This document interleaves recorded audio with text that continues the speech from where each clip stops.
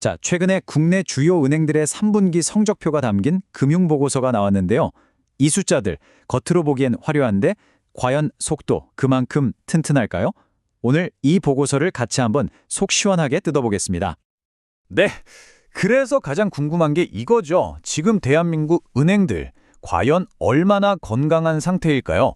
겉보기엔 멀쩡한데 혹시 우리가 모르는 어떤 위험 신호 같은 게 숨어 있는 건 아닐까요? 자, 이 질문에 대한 보고서의 한 줄 요약은요, 바로 현상 유지입니다. 이게 무슨 뜻이냐면요, 은행들이 돈은 잘 벌고 있고 안정적이긴 한데 여기서 뭔가 폭발적으로 더 성장하기는 좀 어려운 딱 그런 상황이라는 거죠. 네, 그럼 이 현상 유지라는 평가가 대체 어떤 의미인지 오늘 이런 순서로 한번 제대로 파헤쳐 보겠습니다. 전체적인 그림부터 시작해서 수익 구조, 또 어떤 어려움이 있는지, 그리고 투자자 입장에선 어떻게 봐야 할지까지 쭉 훑어볼게요. 자, 첫 번째 섹션입니다. 뭐니 해도 분석의 시작은 실적이죠. 그래서 은행들이 3분기에 대체 얼마나 벌었는지 그 숫자부터 딱 보면서 큰 그림을 한번 그려보겠습니다. 와, 6조 2천억 원. 이게 국내 9개 주요 금융그룹이 딱 3개월, 그러니까 한 분기 만에 벌어들인 순이익입니다. 정말 어마어마한 규모죠? 이 숫자만 딱 놓고 보면 와, 은행들 정말 장사 잘하고 있구나, 굉장히 건강하구나 이렇게 생각할 수밖에 없어요. 그런데 말이죠, 여기서 반전이 있습니다. 이 엄청난 이익이 사실은 작년 같은 기간이나 바로 직전 분기랑 비교하면 오히려 줄었다는 거예요. 특히 바로 전 분기에 비해서는 무려 11%나 감소했는데, 아니 이렇게 돈을 잘 버는데 왜 이익은 줄었을까요? 그 이유가 궁금하시죠? 자, 그럼 두 번째 섹션으로 넘어가서 이익이 좀 줄었다고는 하지만 여전히 엄청난 돈이잖아요. 그럼 은행들은 대체 어디서, 어떻게 이렇게 돈을 벌어들이는 걸까요? 은행의 핵심 수익 엔진, 그 속을 한번 들여다보겠습니다. 은행 수익의 핵심을 알려면요, 이 순이자 마진, 즉 NIM이라는 개념을 꼭 알아야 합니다. 용어가 좀 어려워 보이지만 사실 별거 아니에요. 아주 쉽게 말해서 은행이 이자 장사로 남기는 기본적인 마진율, 이익률이라고 생각하시면 됩니다. 당연히 이 NIM이 높고 안정적일수록 그 은행의 기초 체력이 아주 튼튼하다, 이렇게 볼 수 있는 거죠. 자, 그런데 이번 보고서에서 아주 흥미로운 점이 뭐냐면요, 대부분의 대형 은행들은 이 핵심 수익 지표, 그러니까 님을 아주 굳건하게 지켜냈다는 겁니다. 물론 일부 지방은행이나 인터넷 은행들은 조금 떨어지긴 했어요. 하지만 전반적으로 봤을 때 요즘처럼 불확실한 상황에서도 은행들이 자기 본업인 이자 장사는 아주 잘 해내고 있다. 이건 굉장히 긍정적인 신호라고 할 수 있겠습니다.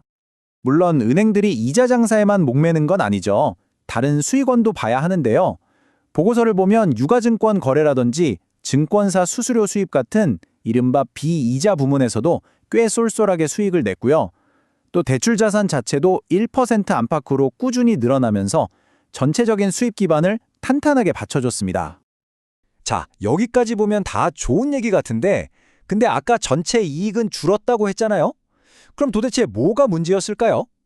지금부터는 은행들의 발목을 잡았던 맞바람과 장애물들을 한번 살펴보겠습니다. 보고서에서는 크게 세 가지 이유를 꼽고 있습니다. 첫째, 환율 변동, 특히 달러가 엄청 강세를 보이면서 외환 쪽에서 손실이 좀 났고요. 이게 직전 분기 대비 이익 감소에 가장 큰 영향을 줬다고 해요. 둘째는 비용 증가, 앞으로 혹시 모를 부실 대출에 대비해서 돈을 좀 더 쌓아둬야 했고요. 마지막으로 지난 분기에는 부동산 매각이익 같은 일회성 수익이 있었는데 이번엔 그게 없었다는 점도 한몫했습니다. 여기서 대손비용률 CCR이라는 용어가 나오는데요. 이것도 아까 님처럼 간단하게 생각하시면 돼요. 은행이 혹시 이 대출 떼이면 어떡하지? 하고 미리 쌓아두는 비상금의 비율, 이 정도로 이해하시면 쉽습니다. 근데 이 비율이 조금 올라갔다는 건 그만큼 은행들이 앞으로의 경기를 조금 더 보수적으로 보고 위험에 대비하고 있다, 이런 신호로 해석할 수 있겠죠. 자, 그럼 이제 관점을 바꿔서 투자자의 시선으로 한번 보겠습니다. 실적은 안정적인데 성장은 왠지 멈춘 것 같은 이 은행주들, 과연 지금 투자할 만한 매력이 있을까요?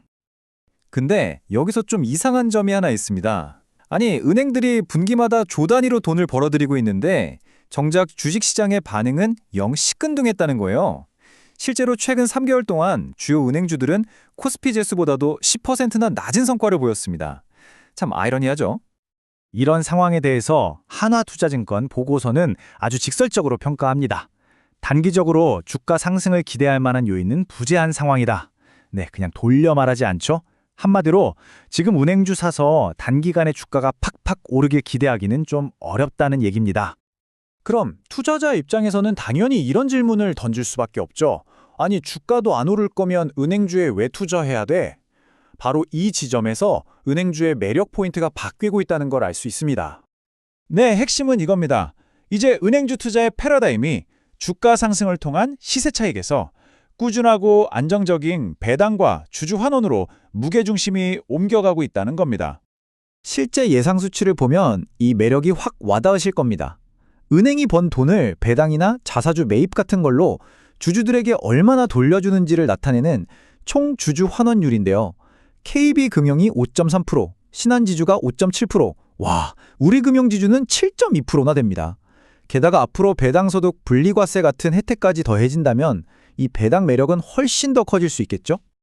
자, 그럼 마지막으로 지금까지 나온 이야기들을 싹 종합해서 한국은행 산업의 미래는 어떨지 한번 정리해 보겠습니다. 간단하게 요약하면 이렇습니다. 좋은 점은 은행의 본업인 이자 장사는 여전히 튼튼하고 배당주로서의 매력은 점점 더 커지고 있다는 겁니다. 반면에 좀 아쉬운 점은 주가가 막 드라마틱하게 오를 만한 그런 모멘텀은 잘 보이지 않는다는 거고요. 또 환율 변동이나 앞으로 부실 대비 비용이 더 늘어날 수 있다는 그런 잠재적인 리스크도 여전히 남아있다는 거죠. 결국 마지막 질문은 이걸로 귀결됩니다. 지금의 이 안정성을 발판으로 해서 대한민국 은행들이 과연 새로운 성장 동력을 찾아낼 수 있을까요? 아니면 이대로 느리지만 꾸준한 고배당주로 자리를 잡게 될까요? 이 부분은 앞으로 우리가 계속해서 지켜봐야 할 아주 흥미로운 관전 포인트가 될 것 같습니다.